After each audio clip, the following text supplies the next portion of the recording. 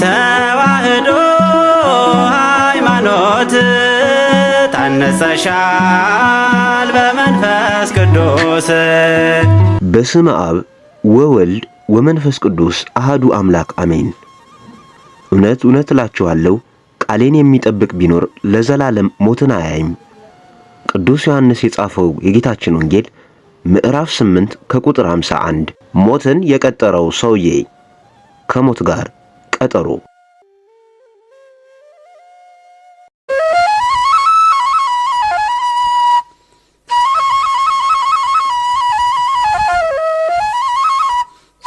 ከዕለታት በአንድ ቀን አንድ ሰው በቤቱ ተቀምጦ ሳለ በሩ ይንኳኳል።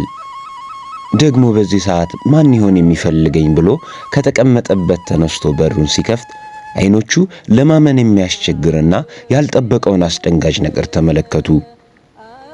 ከበሩ ፊት ለፊት እጅግ የሚያስፈራና ግዙፍ የሆነ ከራስ ፀጉሩ እስከ እግር ጥፍሩ ጥቁር የለበሰ ለጽልመቱ የተነሳም ፊቱ በግልጽ የማይታይ አስፈሪ ፍጡር ፊት ለፊቱ ቆሞ ያያል። ያ ፍጡር በእጁ የያዘው ሰይፍ ከግዝፈቱ የተነሳ ያንቀጠቅጣል። አስፈሪው ፍጡር በእጁ የያዘውን እጅግ ትልቅ መዝገብ እያገላበጠ ቆየና ጎንበስ ብሎ ሰውየውን ማየት ጀመረ። ያም ሰው ደንግጦ በፍርሃት ስሜት ተውጦ እየተርበተበተ አንተ ከፊቴ ቆምከው አስፈሪና ግዙፍ ፍጡር ምንድነህ? የቤቴ በር ላይስ ምን ትሰራለህ? ከኔ የምትሻውስ ምንድነው? በማለት ጠየቀው። ያ አስፈሪ ፍጡርም መለሰ፣ እኔ በፊትህ የቆምኩት ሞት ነኝ። በዚህች ምድር የነበረህን ቆይታ ስላጠናቀቅ ጊዜህም ስለደረሰ ወስድ ዘንድ መጥቻለሁ አለው። የዚያ ሰው ልብ እንደ መብረቅ ወደ ውጭ እስኪሰማ ድረስ ይመታ ጀመር። ሰማይና ምድር ተገለባበጡበት። ማስታወስ ከሚችልበት የልጅነት ዕድሜው እስከዚህ ቀን ድረስ ያሳለፈውን ነገር ሁሉ ባይኑ መጣበት። እናትና አባቱ፣ እህቶቹና ወንድሞቹ ሁሉ ታወሱት።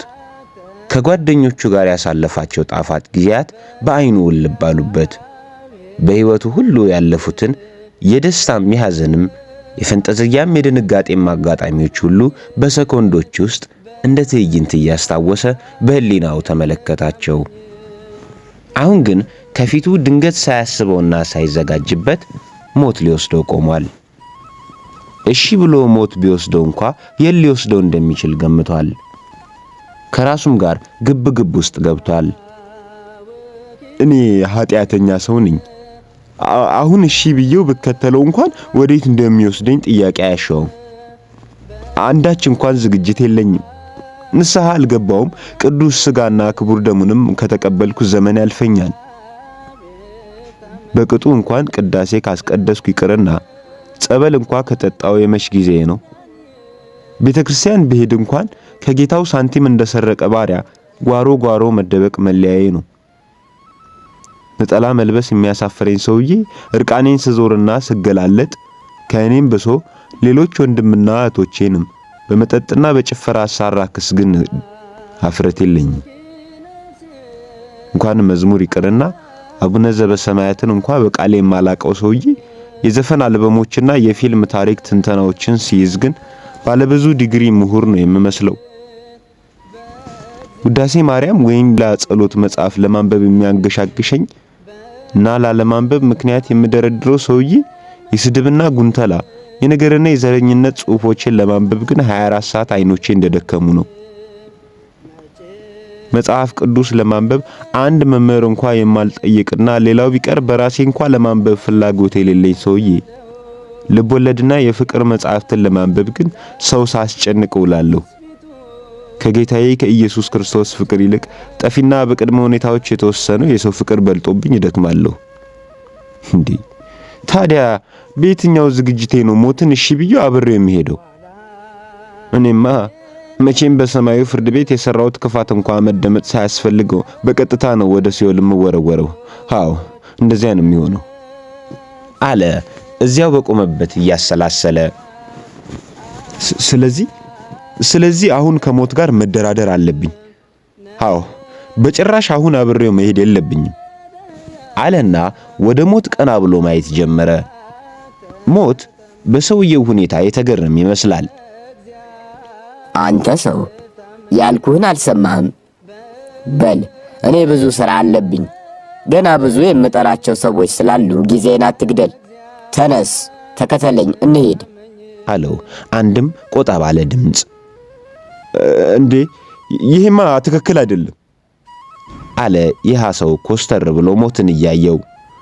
አዎ ይሄማ ትክክል አይደለም። ምንም ባልተዘጋጀውበትና ባላሰብኩበት ሰዓት መጥተህ ልትወስደኝ አትችልም። ይሄ ፍትሃዊ አይደለም አለው ለሞት ፍርሃት ባዘለ ግን ደግሞ ቆፍጠን ባለ ድምፅ። በሰውየው ንግግር ግራ የተጋባው ሞትም አንተ ሰው የምትለውን ታውቃለህ? የእኔ ሥራ ጊዜ የደረሰ ሰውን መውሰድ እንጂ ስላንተ ዝግጅትና ብቃት የሚመለከተኝ የለም፣ አይመለከተኝም።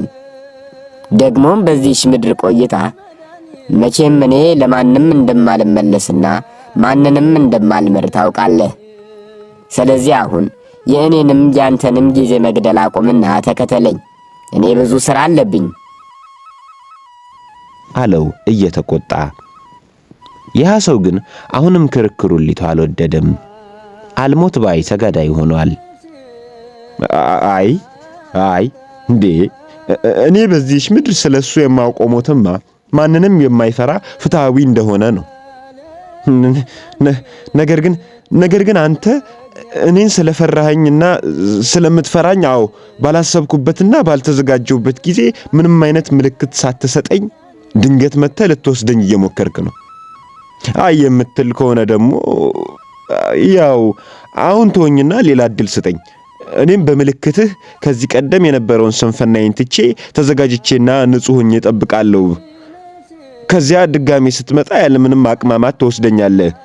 ምልክት ሳትሰጠኝ አሁን ድንገት መጥተህ ብትወስደኝማ ይሄ ፈሪነትህንና ፍትሃዊ አለመሆንን የሚያሳይ ነው አለው ያ ሰው ለሞት እየተረበተበተ።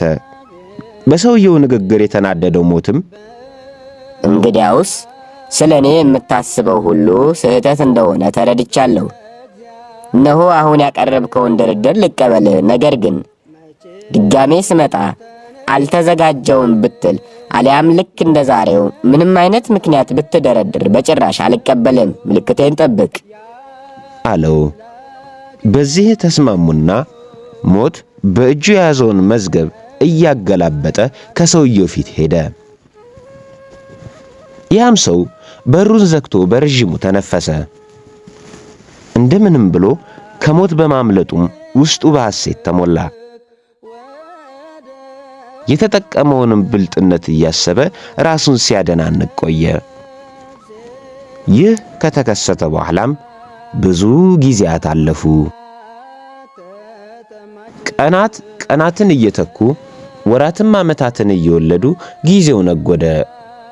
ይህ ሰውም ዘመዶቹና ጓደኞቹ ሲሞቱ ለተወሰነ ጊዜ ይደነግጥ ነበር። ከአጭር ጊዜያት በኋላ ግን ተላመደው። በምዕራብና በምስራቅ በሰሜንና በደቡብ ብዙ ወዳጆቹና ዘመዶቹ ቢሞቱም ያ ሰው ግን በሕይወት ቆየ። በዚህም ሞት እንደረሳው ማሰብ ጀምሮ ነበርና እጅጉኑ ተዘናግቶ ቆየ።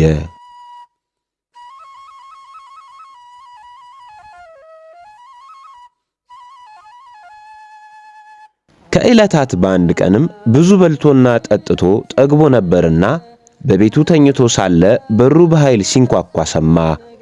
ይህ የሚያውቀው አይነት ማንኳኳት ነው። አዲስ አልሆነበትም። በእርግጥም በደንብ ያውቋል። በሩ ላይ የቆመው ያሰበው እንዳይሆን እየጸለየና እየፈራ በሩን ከፈተው። ሆኖም የጠበቀውን ከቤቱ ፊት ቆሞ ተመለከተ። ሞት እንደ በፊቱ ያን ትልቅ መዝገብ ይዞ በእጁ የያዘውን ብዕር ጫፍ አንድ ስም ላይ አድርጎ ቆሟል። አቋቋሙና ሁኔታው ምንም አይነት ንግግር ማድረግም ሆነ ጊዜ መፍጀት እንደማይፈልግ ያስታውቃል። ቆጣ ባለ ድምፅ አንተ ሰው ተነስ እንሂድ፣ እንደተነጋገርነው እድልም ምልክትም ከሰጠው በኋላ ተመልሼ መጥቻለሁ አለው። ያ ሰው ግን በንዴትም በግራ መጋባትና በፍርሃት ውስጥ ሆኖ እንዴት ተዋሻለህ? ስምምነታችን ከመምጣት በፊት ምልክት እንድትሰጠኝ እኔም በምልክትህ እንድዘጋጅ አልነበር እንዴ? ታዲያ አሁን ምን ተፈጠረና ነው ስምምነታችን አፍርሰ ሰተት ብለ መተ ልወስድህ መጣው የምትለኝ? ይሄ ነውር አይደለም እንዴ? አለ ቆጣ እያለ። ሞትም በሰውየው ንግግር ተገረመ፣ እንዲህም አለው፣ አንተ ሰው እውነት እኔ ምልክት አልሰጠውም? በዙሪያ ያሉ የምታውቃቸውም የማታውቃቸውም ሰዎች ሲሞቱ እንዴት ትዝ አላልኩህም? ይህን ስታይ ነገ ተረኛው እኔ ነኝ ብለህ ማሰብ አልነበረብህም? በምስራቅና በምዕራብ በሰሜንና በደቡብ ዘመዶችህና ወዳጆችህ ሲሞቱ ያ ምልክት እንዲሆንህ ነበር። ለቅሶና ቀብር ስትሄድ በዚያም ስታለቅስ ነገ ሳጥን ውስጥ ገብቼ አፈር የምለብሰው እኔ ነኝ ብለህ ማሰብና ንስሐ መግባት ስለ ኃጢአትህም ማልቀስ የነበረብህ አንተ ነህ። ነገር ግን አንተ ይህን ሳታደርግ ቆየህ። እኔ ግን በስምምነታችን መሠረት ከአንዴም ብዙ ጊዜ ወደ አንተ እየመጣው እንደሆነ ምልክት እየሰጠው መጣው። አንተ ግን ከስህተትህ የማትማር ሰው ነህና ዛሬም ማምለጫ መንገድ ትሻለህ። እናንተ የሰው ልጆች በሙሉ አንድ ናችሁ። ከስነ ፍጥረት ጀምሮ እስካሁን ድረስ ወዲያው ተጸጽቶ ንስሐ ከመግባት ይልቅ መሸሽና ለጥፋታችሁ ምክንያት መፈለግ ይቀላችኋል። እድል ቢሰጣችሁ እንኳን መለሳችሁ ከመጥፋትና እግዚአብሔርን ከማሳዘን ውጭ አታውቁም። ተመልሰናል ብትሉም ከአንድ ወቅት ውጭ ከቶ አትገኙም። ችግር ሲያጋጥማችሁም ለአንድ ወቅት ብቻ ከመመለስና በአንድነት ከመቆም ውጭ በጽናትና በንጽህናችሁ ቆይታችሁ አትገኙም። እኔ ግን ስራዬ ነውና ትልቁንም ትንሹንም ሊቁንም ደቂቁንም ጳጳሱንም ንጉሱንም እኩል ወስዳለሁ። ተዘጋጅቶ መጠበቅ ደግሞ የእናንተ ፈንታ ነው አለው። ከሰውየው ምላሽ ሳይጠብቅም ፈጥኖ ነፍሱን ይዟት ወደ ፍርድ ወሰዳት። የክርስቶስ ልጆች ከዚህ ትልቅ ትምህርትን እንወስዳለን። እግዚአብሔር አምላክ መዓቱ የራቀ ምሕረቱ የበዛ አምላክ ነው። እኛን ሊያድነን ብዙ መንገዶችን ከፍቶልናል። ምንም እንኳን ሰውነንና የጥፋት መንገዶችን ብንከተልም የእግዚአብሔር አምላካችን የይቅርታና የምህረት በሮች ግን ሁል ጊዜም ክፍት ናቸው። በአንድም በሌላም አምላካችን ብዙ ዕድሎችን ይሰጠናል። የሚሰጠንን ዕድሎች መጠቀም የኛ ፈንታ ነው። ሞት ማንንም አይመርጥም። ንጉሱንም፣ ጳጳሱንም፣ ካህኑንም፣ ምእመኑንም፣ የተማረና ያልተማረውን ሁሉንም ይወስዳል። ቀናችን ደርሶ ከመወሰዳችን በፊት ግን የመዳን ቀን አሁን ነውና ሁላችንም ንስሐ ገብተን ወደ እግዚአብሔር ልንመለስ ያስፈልገናል። ያን ጊዜ በቤተ ክርስቲያን ላይ የሚመጣው ፈተናም ይቀንሳል። ወስብሐት ለእግዚአብሔር ወለወላዲቱ ድንግል ወለመስቀሉ ክቡር። ይቆየን። ለተጨነቀች ይህም ቃል ለሚጠግናት ነፍስ ይደርስ ዘንድ ለወዳጆቹ ያጋሩ። እኛንም በጸሎታቸው አስቡን።